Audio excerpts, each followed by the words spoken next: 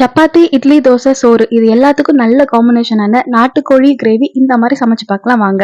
அதுக்கு ஒரு மிக்ஸி ஜார்ல மிளகு, சீரகம், சோம்பு, இஞ்சி பூண்டு சின்ன சின்னதா நறுக்கி இதில் ஆட் பண்ணி இது எல்லாமே ஃபைன் பேஸ்டா அரைச்சு எடுத்துப்போம். இப்போ ஒரு சட்டியில கொஞ்சமா எண்ணெய் விட்டு அந்த எண்ணெயில பட்டை, கிராம்பு, ஏலக்காய், ஸ்டார் பூ இதெல்லாம் ஆட் பண்ணிட்டு அது கூட ஒரு பெரிய வெங்காயம் நான் நறுக்கி வச்சிருக்கேன், அதை ஆட் பண்ணிருக்கேன். நீங்க சின்ன வெங்காயம் இருந்தா அதை ஆட் பண்ணிக்கலாம்.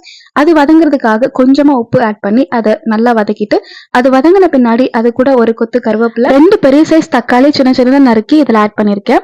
இது வதங்குறதுக்காக கொஞ்சமா உப்பு ஆட் பண்ணி நல்லா வதக்கிட்டு அது கூட இப்ப நம்ம அரைச்சு வச்சிருக்க பேஸ்ட்டை வந்து ஆட் பண்ணிட்டு நல்லா அந்த எண்ணெயில மிக்ஸ் பண்ணி விட்டுருவோம். இப்போ 1/2 கிலோ நாட்டுக்கோழியை நல்லா மஞ்சத்தூள் போட்டு நான் வாஷ் பண்ணி வச்சிருக்கேன், அதை இது கூட ஆட் பண்ணிப்போம். அந்த மசாலால சிக்கன் நல்லா வேகுற மாதிரி நல்லா மிக்ஸ் பண்ணி விட்டுட்டு நம்ம வந்து ஒரு 10 மினிட்ஸ் இதை மூடி வச்சிருவோம். நடுவில் அடிக்கடி ஓபன் பண்ணி அடிபிடிக்காம இருக்கிறதுக்கு கிண்டி விட்டுட்டே இருங்க. 10 மினிட்ஸ்க்கு அப்புறம் இதை ஓபன் பண்ணிட்டு இது கூட மஞ்சத்தூள், மல்லித்தூள், குழம்பு மிளகாத்தூள், சிக்கன் மசாலா இதெல்லாம் ஆட் பண்ணிட்டு உப்பு கொஞ்சமா இது கூட ஆட் பண்ணிட்டு இது நல்லா மிக்ஸ் பண்ணிக்கோங்க. இப்போ இது கூட 2 கப் தண்ணி ஆட் பண்ணிக்கலாம். நம்ம கிரேவியை வைக்கிறதுனால இதுக்கு நிறைய தண்ணி தேவைப்படாது.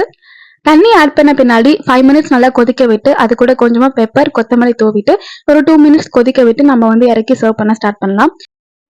இந்த மாதிரி ஈஸியா மண் சட்டியில நீங்களும் சமைச்சு பார்த்துட்டு எப்படி இருக்குன்னு கமெண்ட் பண்ணுங்க.